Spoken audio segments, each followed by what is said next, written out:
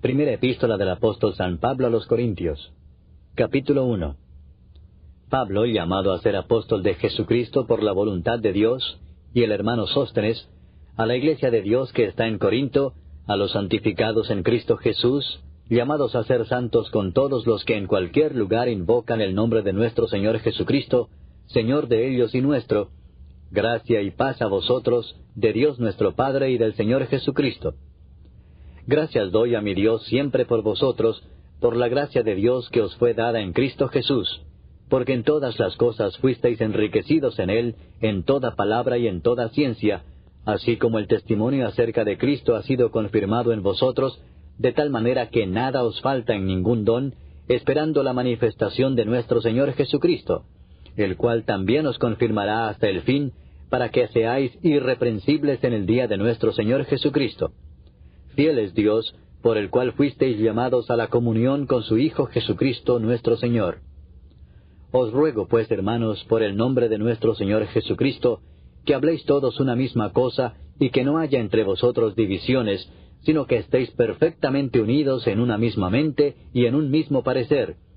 Porque he sido informado acerca de vosotros, hermanos míos, por los de Cloé, que hay entre vosotros contiendas. Quiero decir que cada uno de vosotros dice, yo soy de Pablo, y yo de Apolos, y yo de Cefas, y yo de Cristo. ¿Acaso está dividido Cristo? ¿Fue crucificado Pablo por vosotros? ¿O fuisteis bautizados en el nombre de Pablo? Doy gracias a Dios de que a ninguno de vosotros he bautizado, sino a Crispo y a Gayo, para que ninguno diga que fuisteis bautizados en mi nombre. También bauticé a la familia de Estéfanas. De los demás, no sé si he bautizado a algún otro. Pues no me envió Cristo a bautizar, sino a predicar el Evangelio, no con sabiduría de palabras, para que no se haga vana la cruz de Cristo. Porque la palabra de la cruz es locura a los que se pierden, pero a los que se salvan, esto es a nosotros, es poder de Dios.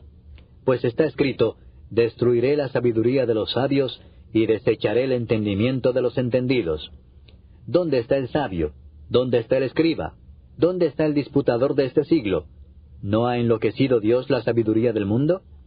Pues ya que en la sabiduría de Dios, el mundo no conoció a Dios mediante la sabiduría, agradó a Dios salvar a los creyentes por la locura de la predicación, porque los judíos piden señales y los griegos buscan sabiduría, pero nosotros predicamos a Cristo crucificado, para los judíos ciertamente tropezadero, y para los gentiles locura, mas para los llamados, así judíos como griegos, Cristo poder de Dios y sabiduría de Dios. Porque lo insensato de Dios es más sabio que los hombres, y lo débil de Dios es más fuerte que los hombres. Pues mirad, hermanos, vuestra vocación, que no sois muchos sabios según la carne, ni muchos poderosos, ni muchos nobles, sino que lo necio del mundo escogió Dios para avergonzar a los sabios, y lo débil del mundo escogió Dios para avergonzar a lo fuerte, y lo vil del mundo y lo menospreciado escogió Dios, y lo que no es, para deshacer lo que es, a fin de que nadie se jacte en su presencia. Mas por él estáis vosotros en Cristo Jesús, el cual nos ha sido hecho por Dios sabiduría, justificación, santificación y redención, para que, como está escrito, el que se gloría, gloríese en el Señor. Capítulo 2. Así que, hermanos, cuando fui a vosotros para anunciaros el testimonio de Dios, no fui con excelencia de palabras o de sabiduría, pues me propuse no saber entre vosotros cosa alguna, sino a Jesucristo y a este crucificado. Y estuve entre vosotros con debilidad y mucho temor y temblor, y ni mi palabra ni mi predicación fue con palabras persuasivas de humana sabiduría, sino con demostración del Espíritu y de poder, para que vuestra fe no esté fundada en la sabiduría de los hombres, sino en el poder de Dios.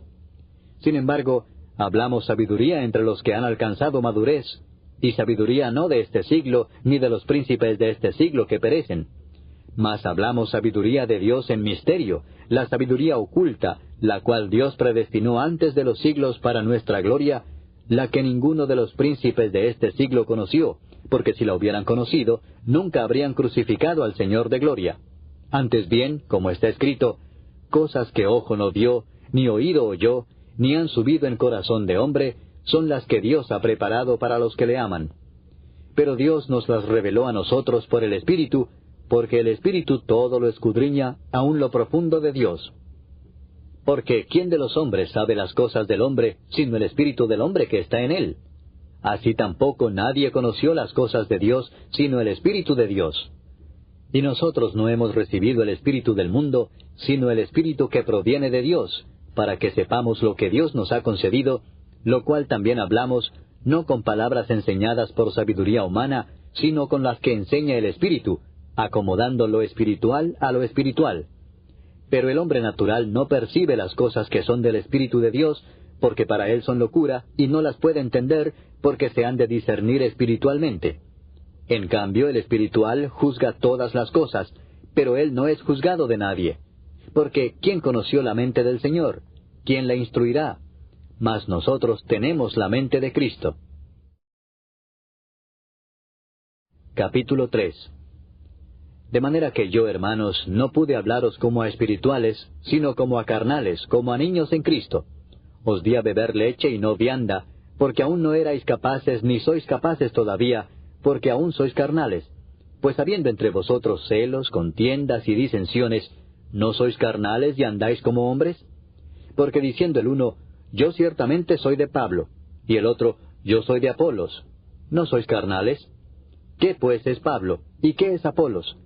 Servidores por medio de los cuales habéis creído, y eso según lo que a cada uno concedió el Señor. Yo planté, Apolos regó, pero el crecimiento lo ha dado Dios. Así que ni el que planta es algo ni el que riega, sino Dios que da el crecimiento. Y el que planta y el que riega son una misma cosa, aunque cada uno recibirá su recompensa conforme a su labor. Porque nosotros somos colaboradores de Dios, y vosotros sois labranza de Dios, edificio de Dios.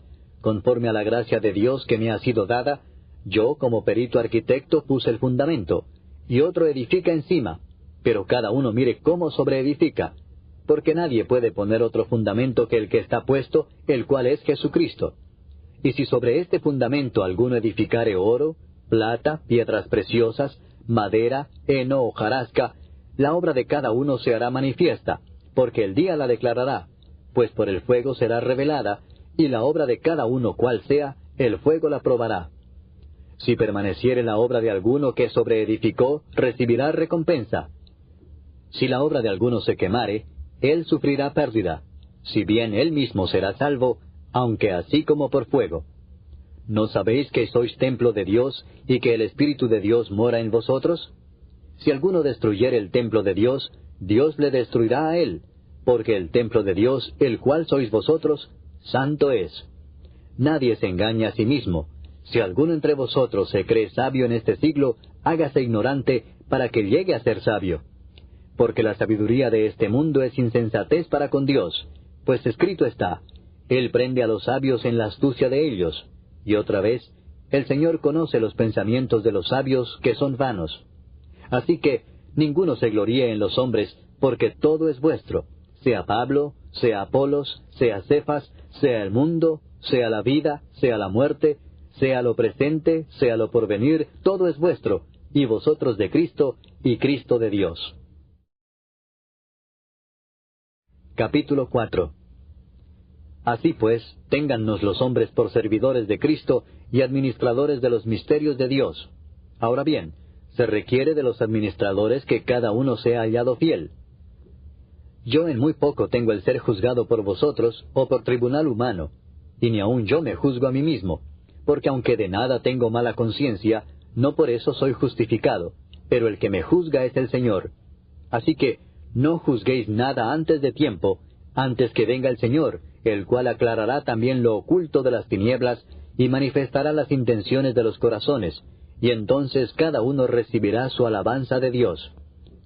Pero esto, hermanos, lo he presentado como ejemplo en mí y en Apolos por amor de vosotros, para que en nosotros aprendáis a no pensar más de lo que está escrito, no sea que por causa de uno os envanezcáis unos contra otros. Porque, ¿quién te distingue? ¿O qué tienes que no hayas recibido? Y si lo recibiste, ¿por qué te glorías como si no lo hubieras recibido? Ya estáis saciados, ya estáis ricos, sin nosotros reináis.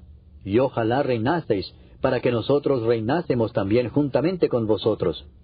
Porque según pienso, Dios nos ha exhibido a nosotros los apóstoles, como postreros, como a sentenciados a muerte, pues hemos llegado a hacer espectáculo al mundo, a los ángeles y a los hombres. Nosotros somos insensatos por amor de Cristo, mas vosotros prudentes en Cristo. Nosotros débiles, mas vosotros fuertes. Vosotros honorables, mas nosotros despreciados. Hasta esta hora padecemos hambre, tenemos sed, estamos desnudos, somos abofeteados y no tenemos morada fija. Nos fatigamos trabajando con nuestras propias manos. Nos maldicen y bendecimos. Padecemos persecución y la soportamos. Nos difaman y rogamos. Hemos venido a ser hasta ahora como la escoria del mundo, el desecho de todos. No escribo esto para avergonzaros, sino para amonestaros como a hijos míos amados. Porque aunque tengáis 10,000 ayos en Cristo, no tendréis muchos padres, pues en Cristo Jesús yo os engendré por medio del Evangelio. Por tanto os ruego que me imitéis. Por esto mismo os he enviado a Timoteo, que es mi hijo amado y fiel en el Señor, el cual os recordará mi proceder en Cristo, de la manera que enseño en todas partes y en todas las iglesias. Mas algunos están envanecidos, como si yo nunca hubiese de ir a vosotros. Pero iré pronto a vosotros, si el Señor quiere, y conoceré no las palabras, sino el poder de los que andan envanecidos. Porque el reino de Dios no consiste en palabras, sino en poder. ¿Qué queréis? ¿Iré a vosotros con vara o con amor y espíritu de mansedumbre?